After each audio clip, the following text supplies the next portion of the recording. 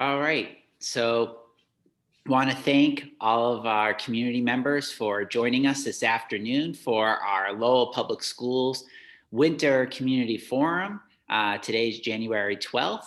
And my name is Jeffrey Pickett. I'm the Community Outreach Strategist. And I just want to remind all of our participants that this is being recorded so that we can share with families who weren't able to make it this afternoon. You can interact with us in a couple of different ways. There is a chat feature in which you could send any questions to the panelists, and we'll be able to answer those questions for you or point you in the right direction to get an answer. And then also you could submit your question in the Q&A feature, which is also at the bottom of the screen. And either way, the chat or the Q&A, you'll be able to submit feedback and questions. With that being said, I'd like to turn things over to Superintendent of Schools, Dr. Joel Boyd, who will welcome us officially to today's forum. Dr. Boyd? Thank you, Jeffrey. Thank you. Thank you, families, for joining us. I hope everybody had a safe and enjoyable holiday vacation. Many of you may have joined us in person for these types of forums last year. I believe around this time, our forums were largely focusing on our strategic planning. We typically hold these forums seasonally. Some of you may have joined our forums in the fall of this year when we did in September, where we were talking about our reopening process.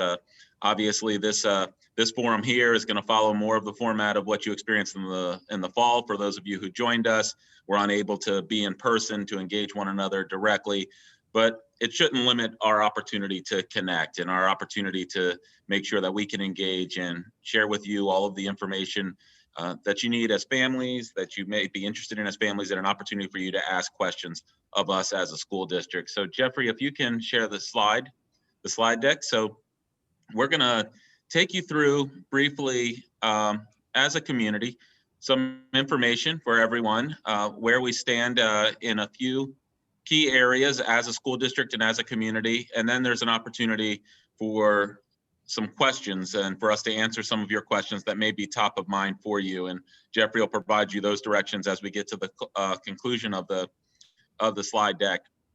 First, next slide. So with us, where we are right now as a school district, the areas that we felt might be top of mind for you as families that we wanted to focus on here with our forum this month is the current status of COVID-19 here in Lowell. A look at the data, what that data means for us, and our goals for returning to in-person learning in our school buildings. Obviously, we're district-wide remote right now. Oh, go back, Jeffrey. However, I know, and certainly we believe, that nothing takes the place of in-person instruction. And I know our students, our staff, and our families are very desirous to get back into our schools when it's safe for us to do so. So we want to share with you what that outlook is currently, and then share with you what the resources and supports that are available while we are in a remote learning environment as we work to maximize learning and opportunities for all of our young people across Lowell Public Schools within the environment that's necessitated by COVID-19. We'll also share with you the status of standardized assessments. Obviously, that looks a little bit different this year compared to past, and want to make sure that you as families have all of the most up-to-date information, and also share with you then resources that are available to continue to support you as families while we deal with and work through this environment that is far less than ideal. But before we get started, a big thank you to all of you as family members for the patience and flexibility and routines that you've established for all of our young people. And if there are teachers on in this forum, thank you to all of our teachers. I really do believe and have high confidence that the learning that our children are engaging in is second to none. While we can't take the place of in-person learning, our teachers and our schools are working really hard to make sure that we can approximate that experience for all of our students. And we're confident that our children are going to be better off from having experienced this crisis here in Lowell than if they had been anywhere else. Really great work happening across the district, and just can't say it enough. Thank you to all of you as family members. Thank you to our students. Thank you to our staff. And with that, Dr. Hall, our Chief Operating Officer, is going to share with you the current status of COVID-19 here in Lowell, where the data is, what that means for a return to in-person learning, and what the rollout of the vaccine is as we currently understand it from Governor Baker. Dr. Hall? Thank you, Dr. Boyd. Yes, hello, everyone. I'm Jim Hall.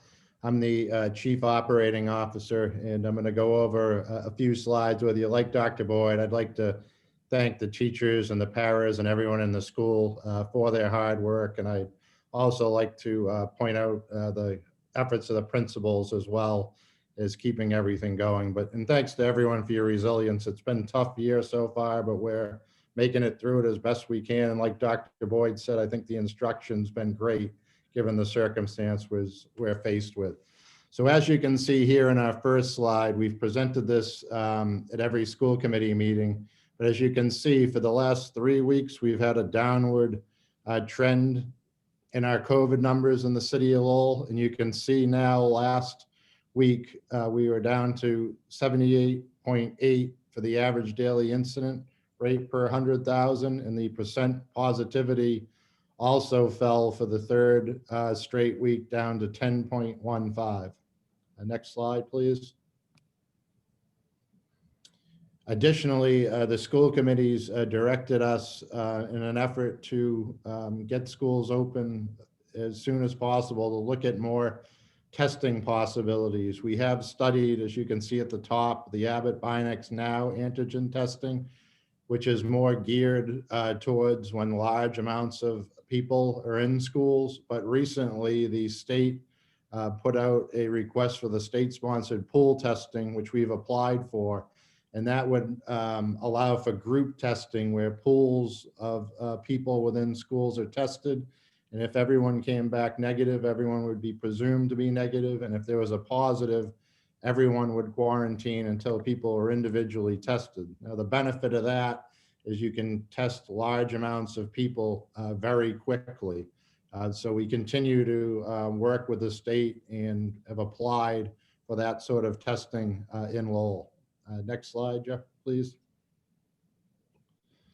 We're always trying to get out access to information the best we can. So we've recently launched this COVID-19 dashboard. You can see the link on the screen, but this provides all the information that you would want or likely need in regards to COVID-19 and resources and responses in the city of Lowell and in the school district. Next slide, please. So recently at a joint meeting of the Board of Health and the Lowell School Department in late December, the school committee voted on the following dates: that they would no earlier than February 1st return the children in substantially separate special education programs back to the classroom.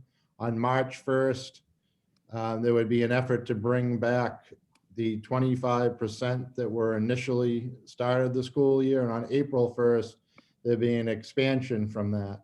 Now, the school committee wanted us to follow data, and they were going to have another meeting with the Board of Health to discuss this. And that meeting is going to happen on the 25th of January. However, I should note that since we've had 3 weeks of downward trend data, we are on schedule to come back on February 1st for substantially separate special education programs, unless the data should change dramatically. Next slide, please.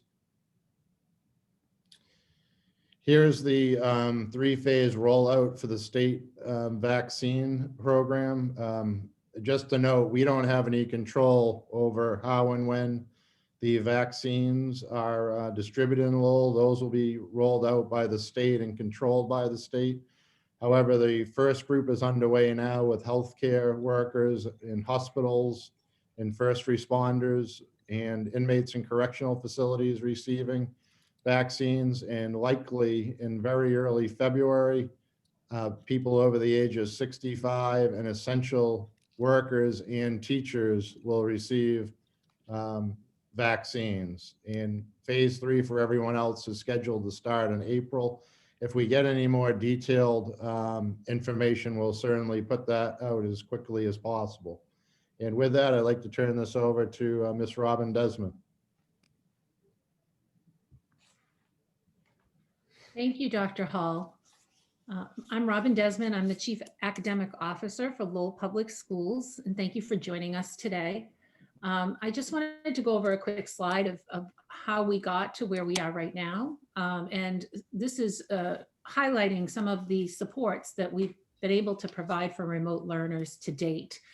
And so when we had our first seasonal community forum, we were just beginning the school year. Since then, we've been able to ensure that 15,000 devices were distributed to our students to support remote learning pre-K through 12. We are still distributing pre-K devices now, so those hopefully will be distributed completely within the next month. We have 1,500 mobile hotspots that have been provided to families in need of internet access.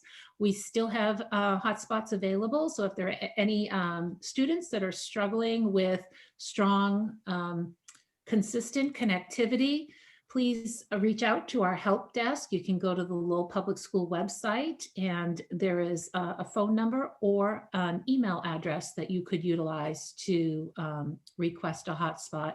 You can also speak to your school principal or your teacher to request that as well. We've also provided 8,000 support activities to resolve technology concerns that students and families have had. So that's just a snapshot of what we have been able to do up until this point, and we will continue to support families and students as needed. So what I will say again is if you're having any technical difficulties, please check with your child's teacher or school principal, or you can check our website for the help desk phone number or email address. We are also providing support through our Tech Tent site. That site changes daily, and we try to vary the hours so that we can meet the work schedule of families. And in the next slide, we'll talk a little bit more about how you can access the schedule online.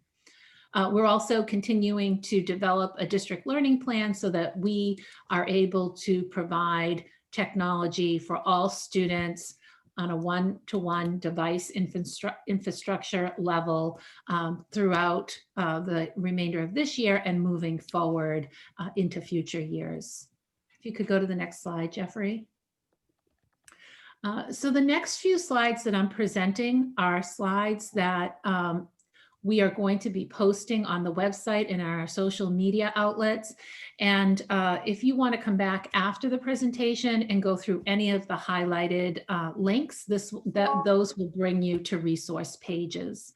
The first link is for our family resource page, and that page consists of videos that we have made from our PD office that provides tutorials around how to use some of our applications and also our devices. So there's resources on how to use your Chromebook, how to change the volume, how to navigate the desktop. There are videos on how to use Google Classroom, Seesaw. So if you're finding that your child is struggling with any of those applications, if you click on that family resource link, you will come to a page that may provide you a tutorial that can help support yourself and your child. If you look to the right of that, there's a technology resource page that is updated constantly by our computer technology integration specialists. There's lots of information there around how to utilize applications, but then also tips and tricks and pages to other resources. So when you have a moment, you can check that out as well. And then the final link on this slide is the Tech Tent days and times. So every week there is a different schedule for the Tech Tent, and it's throughout the city. So we try to change the location every day, and we try to change the time so that it meets everyone's schedule. So if you click on that link, you'll get the most up-to-date schedule for the week. Here on this slide, there are resources for how you can support your child at home. The first link is a family resource for students who are struggling with some of the literacy supports. And there's lots of guides for families to support their students, their children at home with our literacy programs. And so there's great videos, tutorials, suggestions for how to make some spaces in the home that are more conducive to learning, and some resources for reading. The other two links are our curriculum map. Our curriculum maps will identify each content and when they are taught throughout the year and what is coming up. And so you can click on either of those links to see the spectrum of learning in the content areas for the entire year. On this slide, we have some English as a second language resources. The top part are resources from the Department of Education. There's some supports around helping families. There's a schedule to our second language state standardized assessment testing schedule. And then there's some other resources available. Right below that is there are resources for our math curriculum, very similar to our ELA curriculum. The maps are there. And then there's some great resources for how you can help your child with mathematics at home.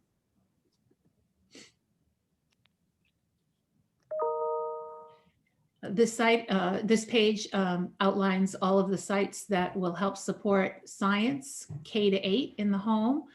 There are some great links to activities, fun activities for students.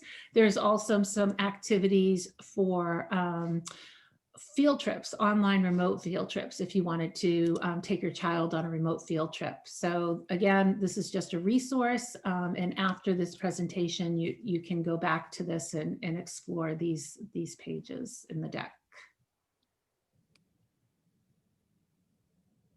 This is our social studies resource for families. Again, there's some great links here to activities, fun activities that you can participate with your child in. Some of them are relative to Lowell, such as the Lowell Mill Girl experience, which is the last link.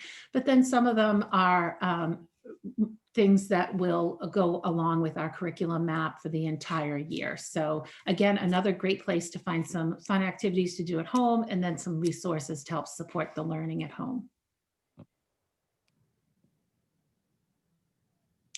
This slide outlines our social emotional learning curriculum. This is a new curriculum that is K through 12. And what this slide does is highlights the names of the curriculum that are being used in the various grade levels. We're also using a DESA assessment this year that helps to assess the social emotional continuum where children fall and sort of how we can support your child best at school in the remote environment. At the bottom of the slide, there is a link to our social emotional learning page, and there are some great parent resources there. Hopefully you'll be able to look at those after the presentation. And finally, we have our after school and summer program slide. We list here all of the locations that we're currently holding after school programming. There's a great list of what's being offered at each site, and then an email address of the contact person who runs those sites after school. So if you click on the 21st Century Enrichment Program link to the right side, that will get you to a list of what's being offered at each site, and also who is the contact point and their email address. At this time, I'm going to introduce Dr. Guillory, our Chief School Officer, and he will talk a little bit more about our assessments. Thank you. Good afternoon, everyone. The slide presented for you now is looking at attendance in the remote learning setting. So what we want to do is make sure, reiterate the importance of students attending school every day. Attendance matters even more now in the remote setting. Stay present, stay engaged, and stay supported. So we talk about the 3 C's here. So communicate, communicate, communicate. Our current policy is that we are expecting students to have regular attendance, so attending school every day. and on time, because we recognize that your time in the home is important, and we want to make sure we maximize that time with the teachers. Remote learning will be determined by students' levels of engagement, their participation in the live lessons, their completion of assignments, and students' time on task will be monitored and recorded by the teachers through their assessments. Again, communicate. If you are experiencing any challenge with the schedule, with access, as already been mentioned around the technology, please reach out to your child's teacher or school administrator. And the idea is that we want to make sure that we are supportive of one another as we continue to educate in the remote setting. There are some tips for parents and caregivers about how you can make the most out of the home environment, the home school, classroom in that setting. And then we also have publicized the report card and progress report dates for your particular level. Next slide. Here, I wanted to share with you the status of standardized assessments. So currently, the Department of Education has issued guidance around assessing our students, even while we are going through or experiencing the pandemic.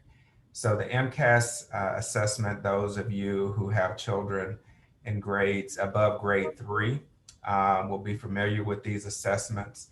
The Commissioner of Education has recently stated that there will be MCAS assessments this year. They're going to be reduced in the amount of time that it takes to give those assessments. And the idea is for schools and districts to utilize this information for diagnostic purposes, meaning how well have students learned or how much learning have they gained during the remote setting. For the high school level biology, the first-time ninth graders will be offered this assessment in June. We typically offer ninth grade the biology exam in 10th grade here in Lowell. The makeup window scheduled for January 14th has been postponed for grade 12 students, and the competency determinations, which essentially use the passing of a math or ELA class, that opportunity is also being afforded to seniors as well. And those seniors who will want to take the MCAS exams, families may be interested in having that. Currently, the Department of Elementary and Secondary Education believe that there will be opportunities later in the year to take that assessment. The access exam is used for our English language learners. The current testing window is open from January 7th through May 20th. And our schools are reaching out to families individually as they are building their testing schedules, and don't foresee starting those before the February 1 timeframe.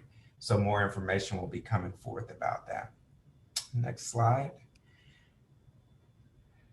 The status of the AP exams, the SATs, the information is being posted on the College Board or the testing websites. They manage those themselves. Lowell High has created an online registration process that will be opening the week of January 22nd and running through March 15th. Eligible students will be offered the free reduction rate. And for those students that are not required to pay the full price. And currently LHS has surveyed their students, and approximately 75% have indicated that they would like to take their AP exams. The SAT exam is also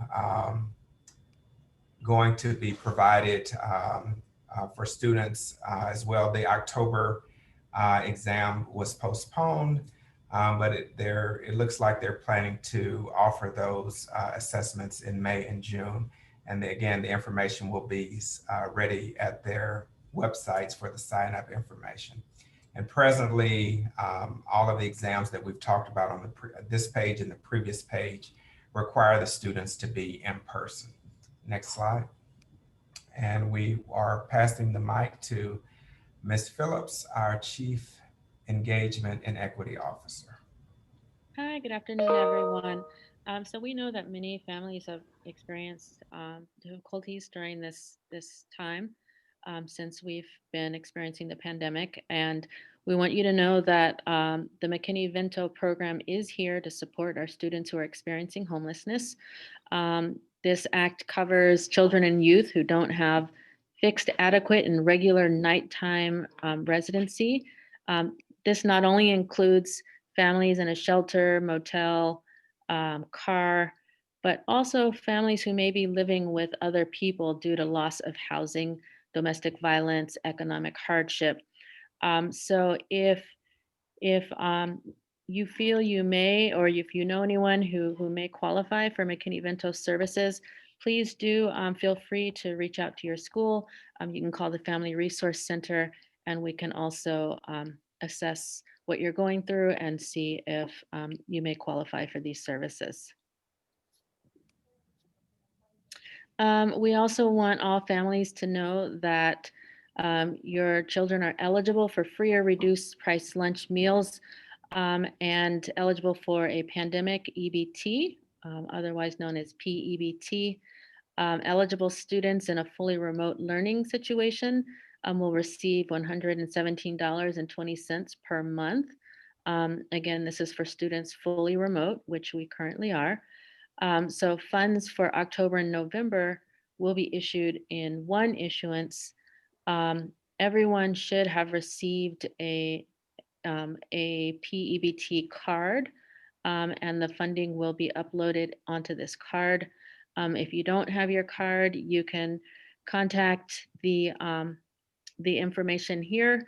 This will be on the website, the district's website, and you can also call our central office if you are having trouble getting through. So we want to remind everyone to continue to update your contact information, especially your phone number. It's critical that we have an accurate phone number on record for you. Email as well. You can submit an online form or contact your child's school to update your phone number or email. We have been sending out from central office and our schools messages via the ConnectEd phone call, email. We have a new feature, the text message feature, and then we also have active social media pages, Facebook and Twitter. All of our central office messages are sent out in our most commonly spoken languages, which are Spanish, Portuguese, Khmer, and Swahili. So at the point of registration, you indicated a language that you would like home communication in, and we're using that information to send out the messages. So if you'd like a message in a different language, please do reach out to us so that we can enter that into our database.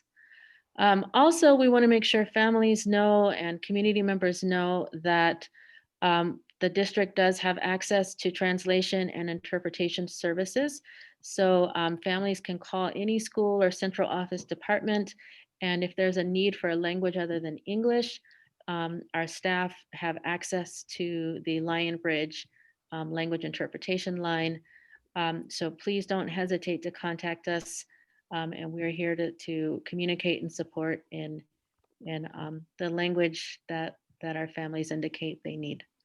And then lastly, you should have received a link to our newsletter. This is new, our district-wide newsletter. Please do give us feedback on that. Let us know how we can continue to improve on this. It will be a monthly newsletter. And then we also are looking to hold regular Zoom community forums. So please do let us know if this information has been helpful for you, and also any other topics that you would like us to engage in for future community forums. All right. So last slide. Sorry, I thought we had reached the end.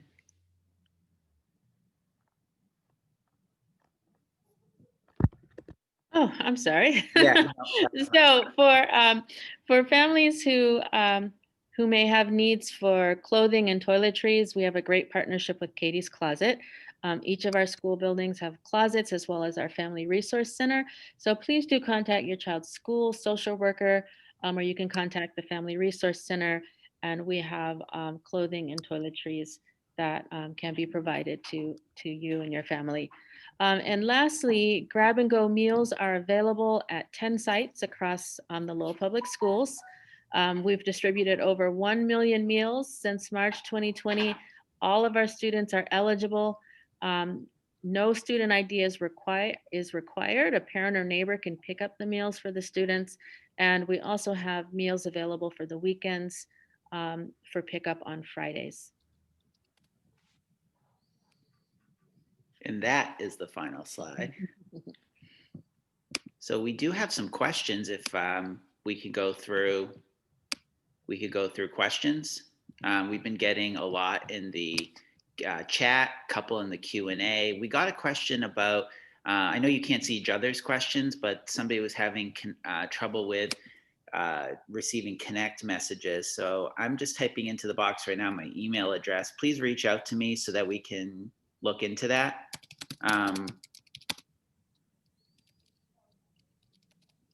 And so let's, I just put my email in the chat box so that you can send me an email. So there was a question about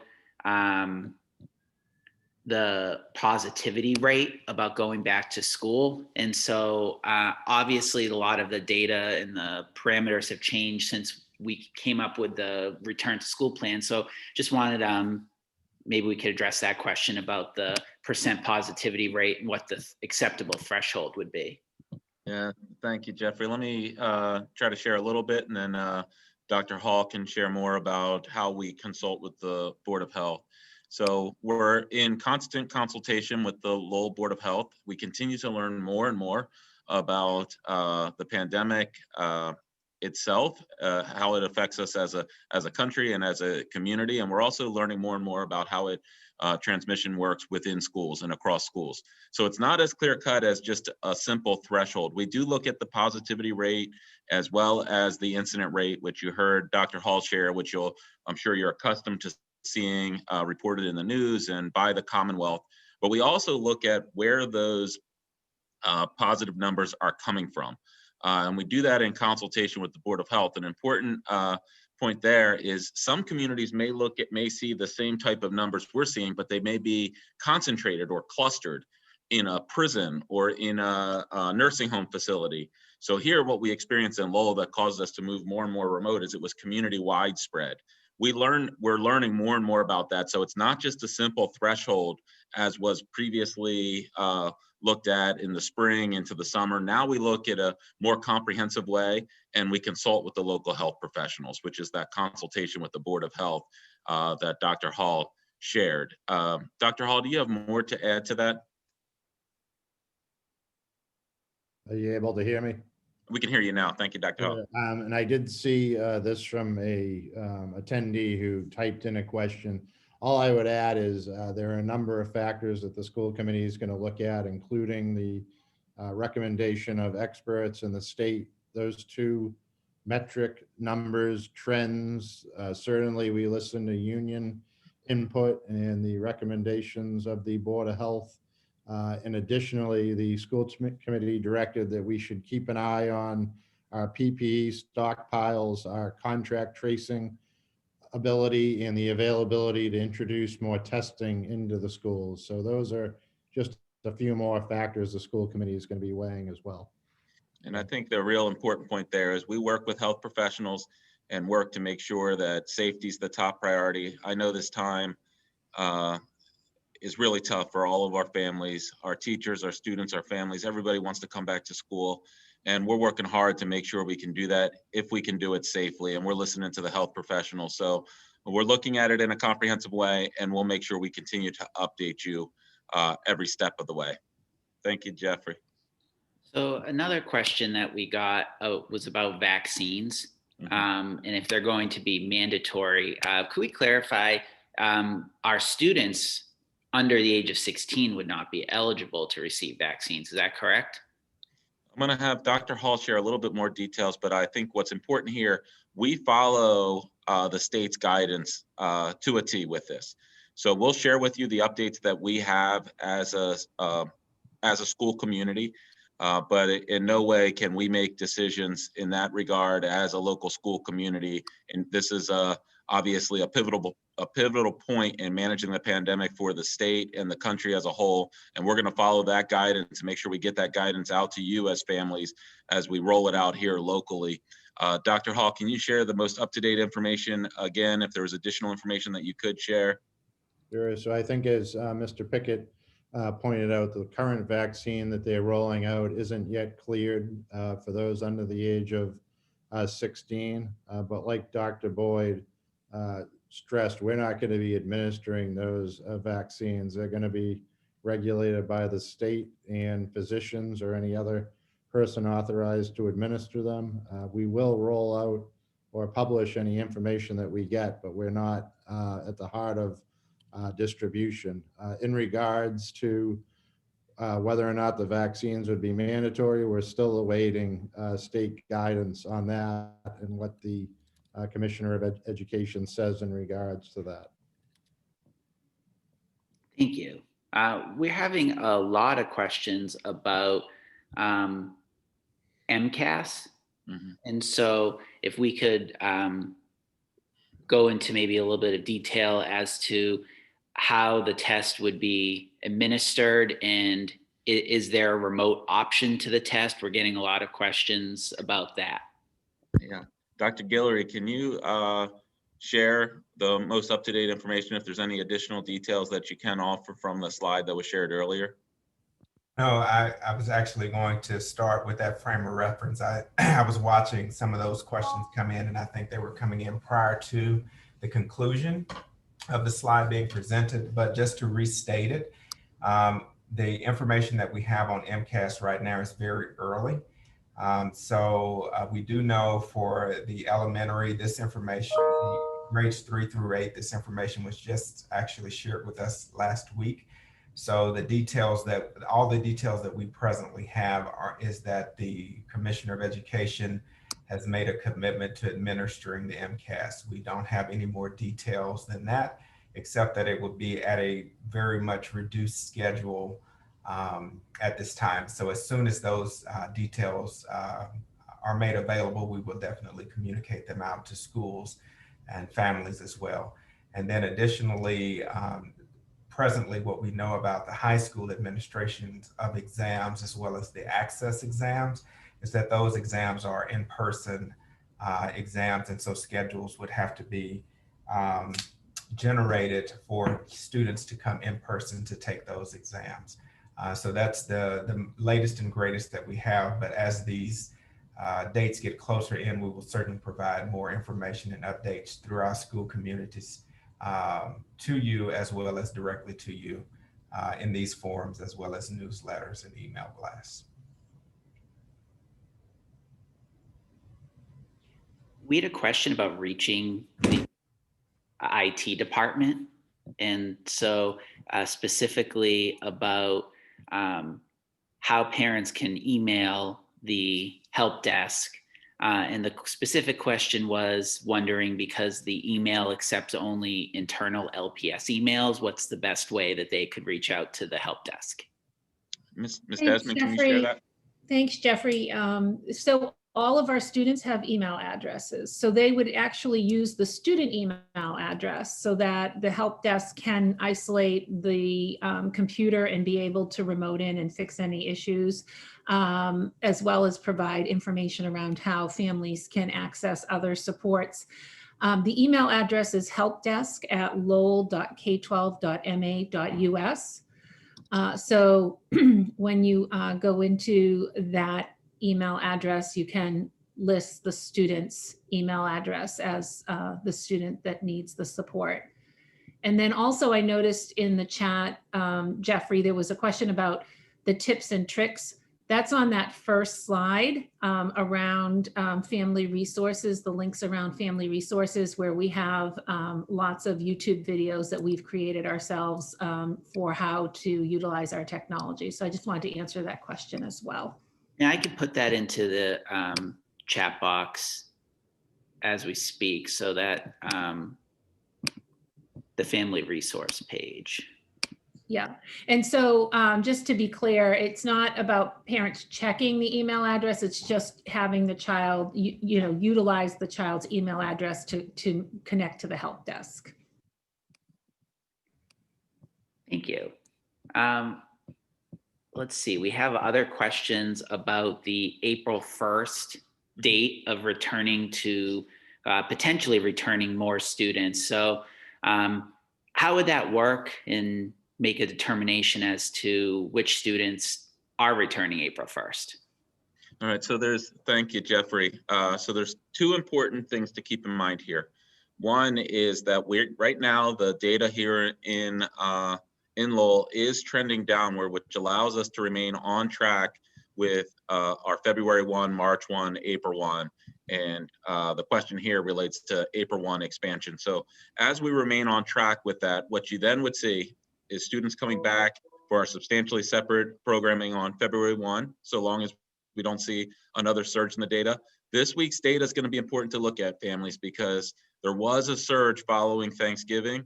And this is the week that we would anticipate what we're hearing from health professionals, that if there's going to be a surge following the Christmas, New Year's holiday, you would likely see that come into play with this week's data, just in terms of how the data rolls out. So keep an eye on this week's data. But if it continues to trend, February 1, we can bring back our substantially separate, which then April 1 kicks in for expansion. Now, if we stay on track, there's about a 2-month planning window that starts with surveying U.S. families. Some families, even if there is an opportunity to come back in person because of circumstance in the home, we know there's going to be some families that are choosing to remain remote for the entirety of the year. Vaccine rollout, we know, is a very big variable for many families. So we're going to be working, our schools will be working to survey and make sure we understand from families the interests and desires of families as we head into April 1. We'll be collaborating with our teachers and our teachers union around what that looks like. And we're also going to have to really closely monitor the guidance from the state. All of you, we've all been in this together. And if you recall from the summer, the guidance from the state continued to be updated almost daily at that time into the first day of school. Well, now February through April is the time frame for vaccines for teachers. If the state holds to that vaccine timeline and we can actually roll vaccines out, we anticipate that we'll continue to be updated with additional guidance as well from the state, which will then influence our planning. So that February to April timeframe, we're going to be closely in touch with U.S. families, and that'll be the time frame where we're really working through the renewed guidance and working to plan out that we'll be sharing then with the school committee and communicating with you as families, so you know what your options are and what to expect for April 1. So in a nutshell, the trending now this month is important so that we can get to February 1 with starting to get back to in-person learning. And then the 2-month time frame between February and April is going to be extremely important with regard to state guidance and the vaccine for how we expand on April 1. And we'll make sure all of that information comes out to you, and you will start to see surveys coming out to you in February about what your desires are as a family for returning to in-person learning, so we can plan accordingly.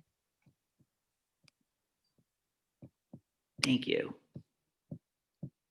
Looking for other questions that we received. We talked about pool testing briefly, and there's some questions about that and exactly how pool testing works.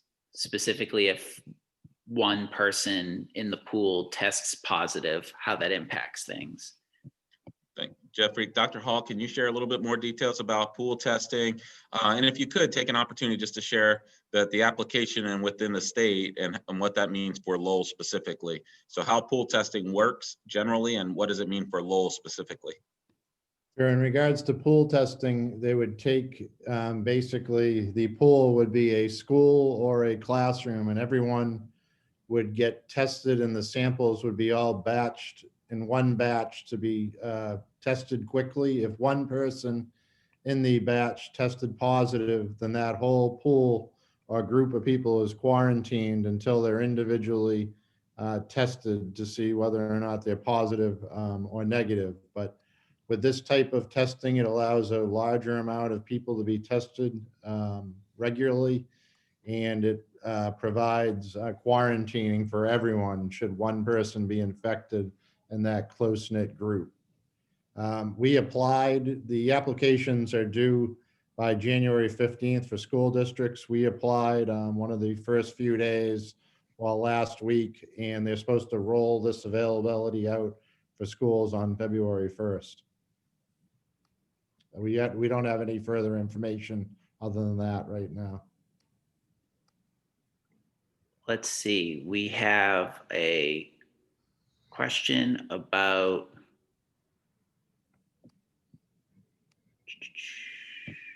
we have a question about how come private schools are doing full in-person learning right now, and what's the why public schools are not.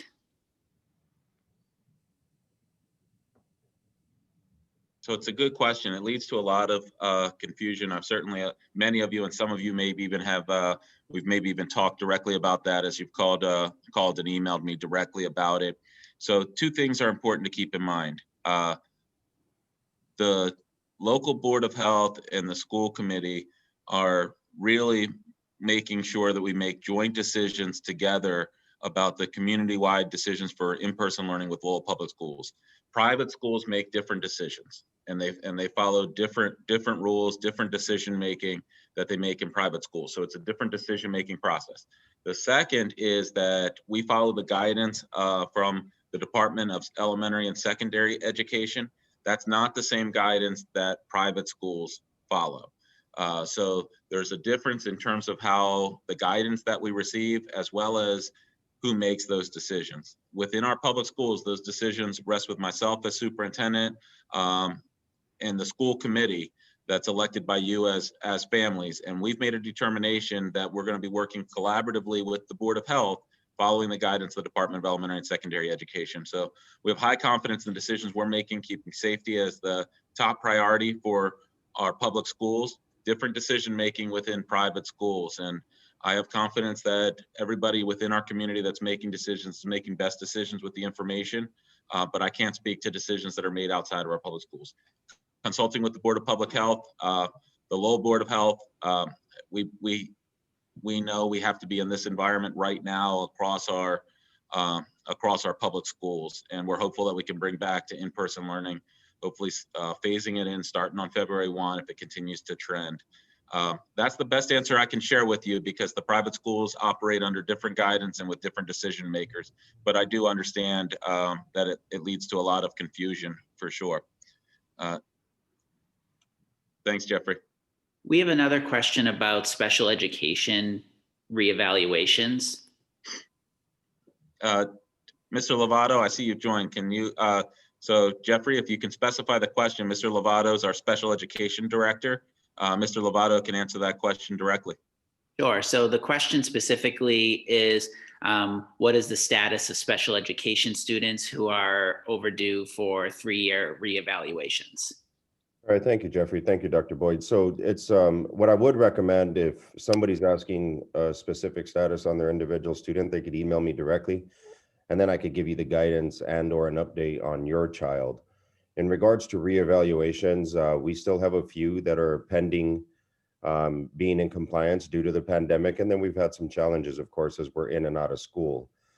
We did implement a new process, which is the review of existing evaluation data to determine if children actually need additional assessments. So I know we have quite a few meetings that are scheduled, quite a few reviews that are scheduled, but we're plugging away, no different than pre-pandemic. We're still moving forward and scheduling them as we need through. And I have no doubt that if your child is late at this time, that it's on the agenda or being scheduled. But I would actually advise that you email me directly. If you go to the Lowell Public Schools Special Education website, you can get my information directly from there. My email is mlovato@lowell.k12.ma.us, and email me the information and I can give you a personal phone call. And And Mr. Lovato, can you put that into the chat for everyone, or Jeffrey, if one of you can put that into the chat so that way they have a quick, there it is. Perfect. Thank you, Jeffrey. You're quicker than I was. All right, so I'm going through the questions. I believe we hit most subjects. If there's anything, we have a few minutes left that we're either missing or that you'd still like to ask, please put it in the chat or the Q&A right now. And in the meantime, though, just want to mention that we are planning, if anybody is looking for these outreach sessions in various languages, we Vinakkin, who oversees the family liaison team, will be that team will be organizing outreach sessions in Portuguese, in Khmer, and Swahili, and then there is a Spanish language forum already scheduled for tomorrow evening at 6 o'clock. That's Wednesday, January 13th. It's not often that we have a couple of minutes. Families, if you're planning to join us for the full hour, we have about 5 minutes. I would ask something of all of you. Any suggestions you have for how we can improve upon these sessions for you? Or two, what topics would you like us to be able to address next session that may be of interest to you? We'll do these as often as they are helpful to you as families. We know that as families, you largely rely on your schools directly, but this is a very unusual time where we've been remote for so long, and we're going to make sure that we keep you connected not only to your schools, but to our district community as well. So we'll do these as often as they are helpful, and any suggestions you can share within the chat, we'll make sure that we include those suggestions within our upcoming session. So I'm glad we were able to make it through the questions. Jeffrey, if you can also put in the chat box, the superintendent @ email address, so that families have that link directly to if they want to email my office. Families, if you don't know who to email, you can always email my office. Ms. Palazzo in my office does a great job of being able to connect you directly to the resource immediately that you're looking for. Thank you, Jeffrey. And we do have a couple of questions that came in if we have a couple of minutes. One was about engaging disengaged students, how we're working on doing that. Yes, Dr. Guillory, can you share a bit about our re-engagement process? Yes, so if a parent has a concern about their child specifically, feel free, and I'll pop my information in, or you can use the superintendent @ and just reach out to us directly there. But the general process is that we are following the typical process of teacher intervention first, then school level intervention. That's either home visits, phone calls, and the like. And then when it goes beyond that, then we add additional resources in to try to support families in getting students re-involved. But if you're having a difficulty with your child in particular, please don't hesitate to reach out to us for additional supports. Another question is about what if my child's teacher goes to in-person learning and my child does not? Yeah, it's a good question, because we'll have lots of different circumstances that arise. I think there's two things here. One, we are structured in a way right now that where we had the 3% substantially separate programming was in person. You saw how that worked. That's the February 1 timeframe. The March 1 timeframe is around those of you who were previously in person before and returning to in person. If you weren't part of the substantially separate, but you were in person previously in the school year, that's the March 1. The April 1 timeframe is for expansion beyond that. And we're going to be working during the next couple of months to follow the guidance that we get from the state in accordance with the vaccine rollout, and making sure that we hear your input, and also consulting and collaborating with our teachers around that through the United Teachers of Lowell. So we'll get more information out to you. Any number of variables could surface in April. We have children, and it's hard to speak to individual hypotheticals, but we have any number of circumstances that may arise As the in-person learning expands, we'll continue to get out additional detailed information. And as you learn that detailed information, we'll be able to talk one-on-one about how it relates to your child. That's the best information, I think, here in January that we can provide about April 1, and we'll continue to get that information out to you. But we are expecting that for some of you as families, that remote learning is going to be the way that you want to continue through the end of the year, regardless of how the district moves forward, just because of your circumstances at home. We're cognizant that that's going to be the case for some families, and we'll be ready to support you. All right, well, looks like we've hit 4 o'clock, so I'll let you close out officially, Dr. Boyd. All right, well, thank you, families. I really again appreciate all of your flexibility and patience. This truly has been a year testing the partnership between home and school, and I just really believe that Lowell is really doing as well, if not better, than any other community working through these really unprecedented and very difficult circumstances. We understand how much anxiety and stress occurs within a remote learning environment, and we're here to support you. So we'll continue to make sure we get the information out, and please call if you have any questions. Thank you to all of you, and a big thank you to all of our teachers and support staff that are really working around the clock to make sure they can support our young people. So thank you. Thanks, everybody.